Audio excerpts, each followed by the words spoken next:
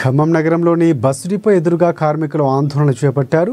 APSRTC national Mazdoor regional కార్యాలయాన్ని ఇదే సంఘానికి చెందిన ఎల్ఆర్కే రావు అనే ఒక వ్యక్తి ఆక్రమించేందుకు ప్రయత్నిస్తున్నాడని ఆరోపించారు.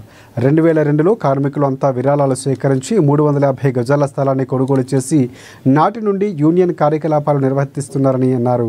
కాగా ఎల్ఆర్కే రావు కార్యదర్శిగా ఉండి అక్రమంగా రీజనల్ కార్యాలయాన్ని తన భార్య పేరుతో రిజిస్ట్రేషన్ చేయించుకున్నాడని అన్నారు. ఎల్ఆర్కే రావు, అజయ్ కుమార్లు ఇద్దరు కార్మిక ద్రోహులని వారి చర్యలు ఖండిస్తున్నామని యూనియన్ నాయకులు, కార్మికులు తెలిపారు. రామ్మోహన్ రావు గారి పేరుతోటి ఆర్టీసీ నేషనల్ మజ్దూర్ యూనియన్ ఈ ఆఫీసును కొనుగోలు చేయడం జరిగింది.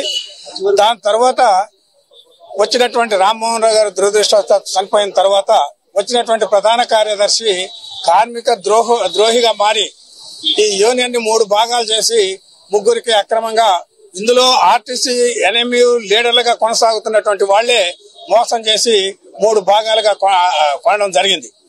దానికి వ్యతిరేకంగా ఇవాళ కార్మికులందరూ మా ఆఫీసు మాకు ఉండాలనే ఉద్దేశంతో ఇది అప్పటికే కోర్టులో వేసాము. కోర్టులో కేసు నడుస్తుండగానే దీన్ని ఆక్రమించి మొత్తం వాళ్ళ స్వాధీనం చేసుకోవడానికి ఒక ప్రయత్నం చేస్తా ఉన్నారు.